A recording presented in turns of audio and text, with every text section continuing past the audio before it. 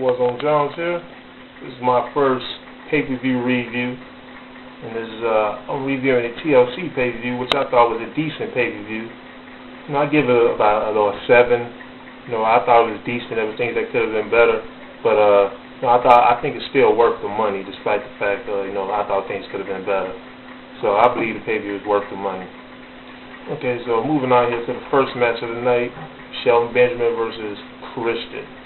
This is the best match of the night, in my opinion, which I pretty much figured like it was. Shelton Benjamin and Kingston. You got two guys in a ladder match. You're gonna get something good out of it. I felt like this match could have been better than what it was, but I still felt like it delivered in various ways.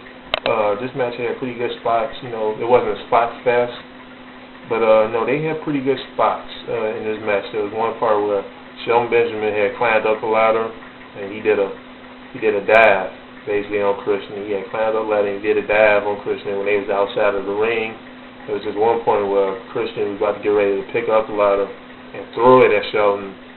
But Shelton had grabbed his legs while he was outside of the ring, grabbed his legs and swept his legs, and as Kingston had fell back, the ladder falls on his face and Kingston was cut open. And there was I would say the biggest spot was basically where when Shelton was put on the ladder, when the ladder, part of the ladder was set on the side of the ring, and the other part of the ladder, it was on the announcer's table, and Shelton Benjamin was on the ladder, and Kingston did a frog splash.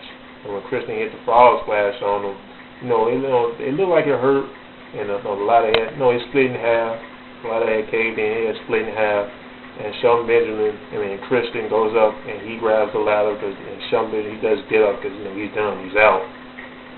So you're still your new champion, Kingston, which I figured this feud was going to continue. I figured this feud was going to continue, and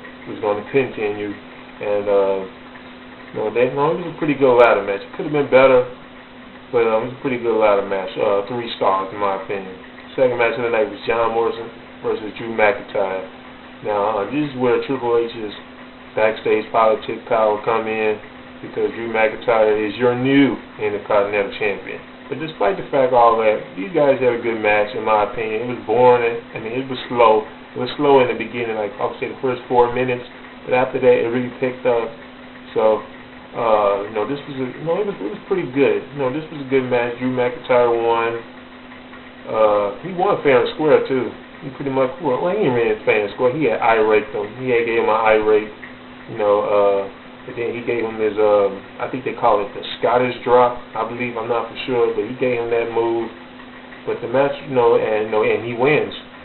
But the match was okay. The match was decent. This was a pretty decent match, and I'm shocked that Drew McIntyre had won. But other than that, this was a pretty good match. Drew McIntyre, new Intercontinental Champion. I would 3 stars this match. This was a pretty decent match. Moving on. Third match of the night was Micke James versus McCool. Now, I thought they were going to have a better match than what they were. It was okay. It's somewhat watchable, but some people who don't like Divas matches, you probably want to go, get something to eat at the bathroom or something. I felt like I had to do that, that I was going to do that when I sat during the match. But this match should have been better than what it was. It was okay, but still, your new Divas champion, or was it Women's champion, or whatever championship that McCool has, she's still a champion. But this match should have been better than what it was. But it was okay. And moving on. The next match was John Cena versus Sheamus. Shock of the night. It's going to be talked about on the internet for a while. Sheamus, your new WWF champion. Sheamus is your new WWF champion, and I don't understand why this man does not deserve the title. If you want to know how I feel about Sheamus, watch my video on, Sheamus doesn't belong in the main event.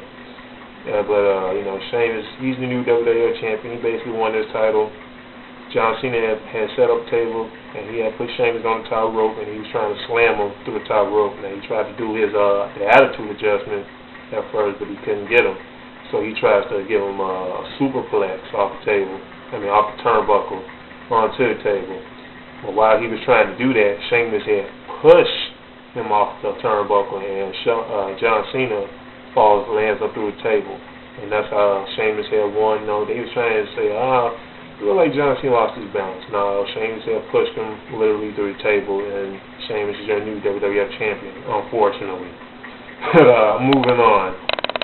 Next match was Undertaker versus Batista. This was the worst match of the night. Some people might think this is a letdown. This isn't a letdown because I knew this match was going to be bad. The concept was stupid. This match was it wasn't bad. It was okay. But it was watchable. It was okay. I felt like this was going to be the worst match out of the main events. But this match was okay at best. It was just slow. It was too slow, too long. It was too slow for too long, in my opinion.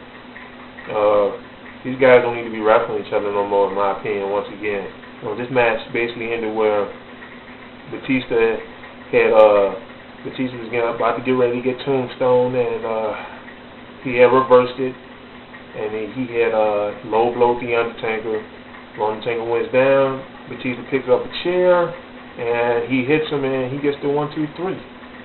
And I'm thinking, wow, I didn't expect Batista to win. So as he leaves the ring, he's walking up the aisle, and then Taylor comes out, and he basically starts the match over. He didn't reverse the decision, they said, but he starts the match back over. So he goes back in the ring, and when he gets in the ring, as soon as he gets in the ring, he gets tombstoned, and the match is over, which is pretty good because the match didn't need to go on any longer than that. So he gets tombstoned as soon as he gets in the ring, and the match is over. 1, 2, 3. Undertaker, I guess he won the championship again. I don't know if they reversed the decision or but anyway, the Undertaker, he's still the World Heavyweight Champion. He walked in World Heavyweight Champion. He's leaving World Heavyweight Champion. Undertaker's still World Heavyweight Champion.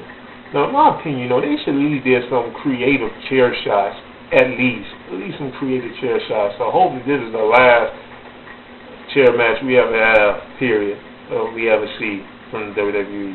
Second match, Kofi Kingston versus Randy Orton. This match should have been better than what it was.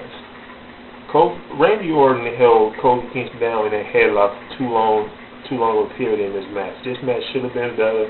Randy Orton got talent, and Kofi Kingston got talent. They had started off with a segment where the Legacy was talking came at Randy Orton while he was warming up, and they was threatening him basically. So Kofi Kingston had said various things about them, and Kofi Kingston goes to Randy Orton's locker room, and he said he's a coward and that he doesn't deserve a WWE title shot. After that, Kofi Kingston left, and the match starts. And this match was, it had its moments, but then, it got dragged down. Randy Orton was dragging it down with these headlocks, and I hate when Randy Orton does this. And, we just, put people in headlocks all day. I remember when RVD goes life, Bill and Doug was saying, Randy headlock Orton, and I saw it. And he does that a lot. But, no, I'll give this match 2 stars. It should have been better. Could have been better. Moving on, DX versus Jericsho. This match I thought was going to be better than what it was, but it was okay. They broke all the ladders like in half. They broke all the ladders in half. I didn't know they was botching or what, but at the end was basically where Jericho had to climb on Big Show's shoulders because all the ladders was broken. Because all the ladders was broken, he had to climb up Big Show's shoulders and get a boost and grab the belts. But what happened was Jericho, he was losing his balance, and while he was getting the boost, DX was outside. They was hurt. They was taken out. He put them to a table. But they recovered. They get back in the ring, and Shawn Michaels sweet chin music. Big Show, and while Jericho's on top. Jericho loses his balance and he falls outside the ring, and he's supposed to fall through the table, but he didn't. It was like his face hit the table, so his face bounced off the table, so he botched a little bit, I would say. But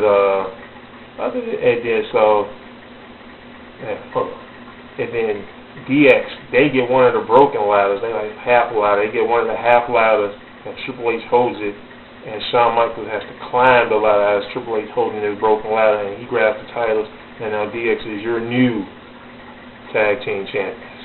That's my review. And I hope DX, I hope they don't get their own custom-made tag team titles. Like, I really hope they don't. But that's my review. And so, the pay-per-view was okay. It was decent. I believe it's worth the money. There's various things that should have been better, could have been better. But other than that, I would say, this pay-per-view was worth the money. I give it a 7. But Morrison Jones out. Please comment and subscribe.